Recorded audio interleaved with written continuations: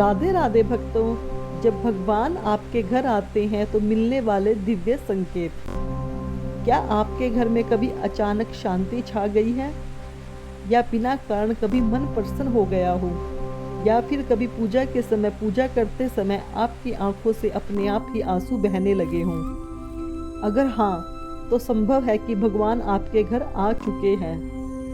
आज धर्मवाणी चैनल में हम आपको बताएंगे, जब भगवान स्वयं घर आते हैं तो वे कौन कौन से संकेत देकर जाते हैं। ऐसे संकेत जिन्हें अक्सर हम नज़रअंदाज कर देते हैं। वीडियो को अंत तक अवश्य देखें, क्योंकि अंतिम संकेत सबसे गहरा रहस्य खोलता है।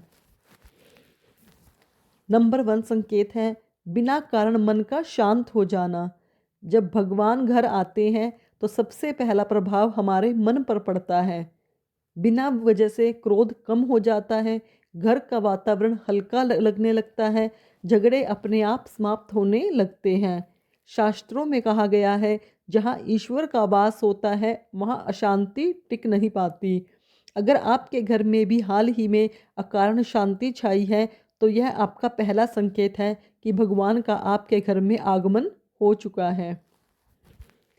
नंबर 2 संकेत है पूजा में मन लगने लगा। पहले जो पूजा बोझ लगती थी, अब वही पूजा सुकून देने लगती है। पहले आपको लगता था कि सवेरे उठो, पूजा पाठ करो, भोग बनाओ, ये करो। जब फिर आपके मन में अपने आप प्रसन्नता हो जाए कि हाँ, मैंने पूजा करनी है, ठाकुर जी के लिए भोग प्रसाद बनाना है, तो वह आप समझिए कि भगवान आपके घर आ चुके हैं। दिया अपने आप जलाने का मन करे, भजन सुनने को मन करते रहे, सारा दिन ऐसे लगे प्रभु के भजनों में खोए रहें, भगवान का नाम बार बार ही अचानक से आपको याद आने लगे। यह भक्ति नहीं है, यह भगवान का निमंत्रण होता है। जब भगवान घर आते हैं तो पहले अपने नाम की याद दिलाते हैं।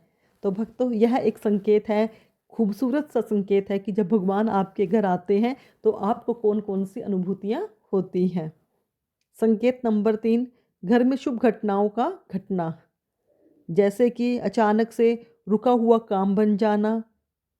आपका कोई काम काफ़ी लंबे समय से रुका हुआ था, अचानक से आपका काम बन गया।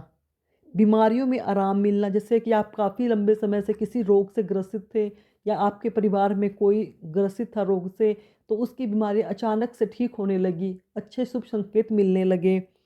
घर में धन की चिंता कम होना, अपने आप ही धन के आगमन हो गए। जो हमारे पास पहले पैसा नहीं बचता था, अब वही पैसा हमें पूर्ण होने लगा। तो यह भगवान के आने के संकेत होते हैं। यह कोई चमत्कार नहीं है, यह ईश्वरीय शक्ति है, ईश्वर की उपस्थिति के संकेत हैं। धर्म ग्रंथों में लिखा है, जहाँ नारायण का चरण पड़ता है वहाँ दरिद्रता ठहर नहीं सकती। जहाँ भगवान का वास होता है, लक्ष्मी नारायण का वास होता है, वहाँ कभी भी दरिद्रता नहीं रुक सकती। इसलिए भक्तों, यह भी एक शुभ संकेत है कि भगवान आपके घर आ चुके हैं। नंबर 4 का जो संकेत है, बच्चों और पशुओं का अजीब सा व्यवहार। जब भगवान घर आते हैं, भक्तों ध्यान से सुनिए, जब भगवान घर आते हैं छोटे बच्चे बिना कारण हंसने लगते हैं। आपने कभी देखा होगा कि छोटे बच्चे बिना कारण ही हंसने लगते हैं, तो यह एक मुख्य कारण है कि भगवान का आपके घर में आगमन है। पक्षी खिड़की पर बैठने लगते हैं, गाय या कुत्ता किसी विशेष कोने को निहारने लगता है, क्योंकि जिनकी दृष्टि निष्कलंक होती है वे ईश्वर को पहले ही देख लेते हैं। जिनमें बोलने की क्षमता नहीं होती, वो अपनी आंखों की दृष्टि से ही बता सकते हैं कि यहाँ भगवान का वास हो चुका है। भक्तों, यह था एक महत्वपूर्ण संकेत। नंबर 5, सपने में भगवान का संकेत। भगवान अक्सर सपने के माध्यम से संकेत देते हैं। मंदिर में दिखना, उजाला, दीपक, कमल का दिखना, कोई साधु या वृद्ध का दर्शन होना, आपको अपने आप मंदिर में पूजा करते हुए पाना। जैसे आप किसी मंदिर में गए हो, वहाँ रात्रि में सोते समय आप उनमें पूजन कर रहे हो, तो आपको स्वप्न में ऐसे ऐसे स्वप्न दिखना, तो इसका मतलब है कि भगवान का आपके घर में आगमन हो चुका है। आपका उजाला दिखना सपने में, कोई दीपक का अपने आप जल जाना, कमल का फूल दिखना, यह भी शुभ संकेत माना जाता है। कोई साधु या वृद्ध का दर्शन होना, हमें किसी भी बूढ़े व्यक्ति का सुबह सुबह दर्शन हो जाए, कोई साधु का दर्शन हो जाए, तो यह भी शुभ संकेत है। यह बस सीधे दर्शन नहीं बल्कि ईश्वरीय संदेह होते हैं, मतलब कि ईश्वर के आने का संदेश होते हैं। नंबर 6 संकेत, घर में सुगंध या कंपन का होना। भक्तों, कभी कभी आपको लगता है कि फूलों की खुशबू आ रही है। पूरे घर में आप कहीं कहीं जाकर देखते हो कि ये खुशबू किस तरफ से आ रही हो। खास तौर पर जब यह खुशबू आपके मंदिर में से आ रही हो तो भक्तों समझ लेना कि आपके घर में भगवान का वास हो चुका है, भगवान आपके घर आ चुके हैं।